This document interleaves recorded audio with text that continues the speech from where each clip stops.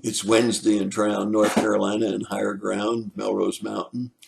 81 degrees. It's just beautiful, beautiful sunny day, but not so hot that you can't enjoy the day, and be good swimming weather as well. So thankful for beautiful weather that we're having. This morning, when we walked out onto our screened-in deck and looked out at the lake, we could hear the giggling of little children as they played in the beach in the water carried across the lake. We heard the laughter of a couple across the way in a house on the other side of the lake as they laughed and joked together.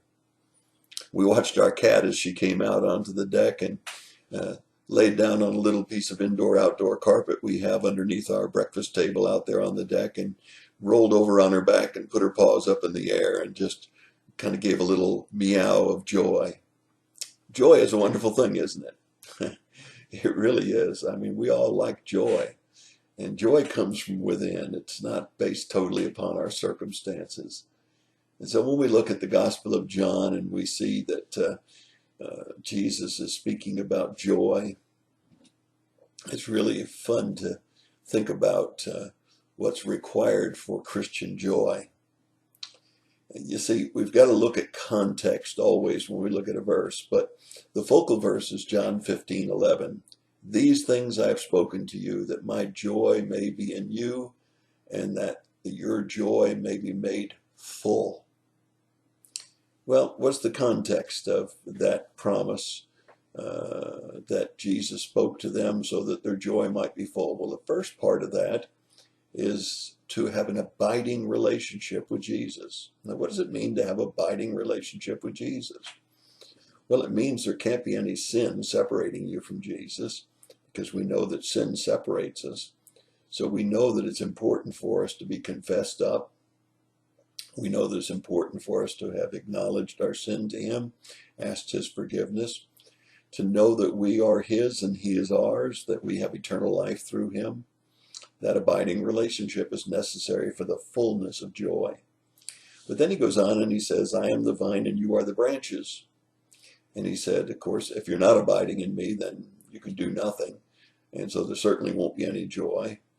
But he says sometimes when we're abiding in Him, we're producing fruit, and fruit brings joy.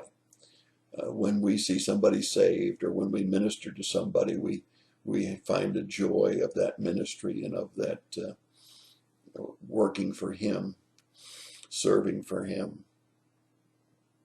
But sometimes our fruit could be even more if we had a pruning.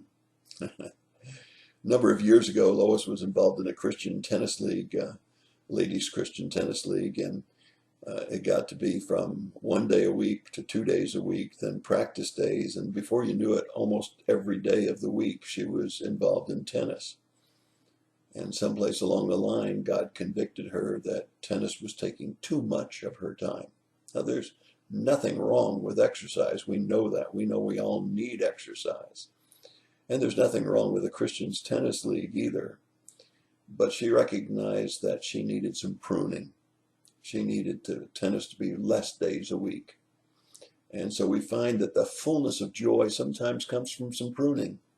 There may be some activities that are not critical to your life, that are keeping you from doing the best for Jesus, being the most fruitful for Jesus. So today I want you to think about the fullness of joy. These things I've spoken. What things did He speak? That you have an abiding relationship with Him, and that maybe He has to do a little pruning for you to get the fullness of joy. That's your thought for the day. God bless you and have a great day.